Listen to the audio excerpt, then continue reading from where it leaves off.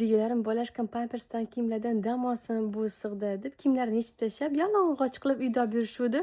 Kaka qilib qo'ydi gilamga. Uni ko'rib mushugim qisvordi.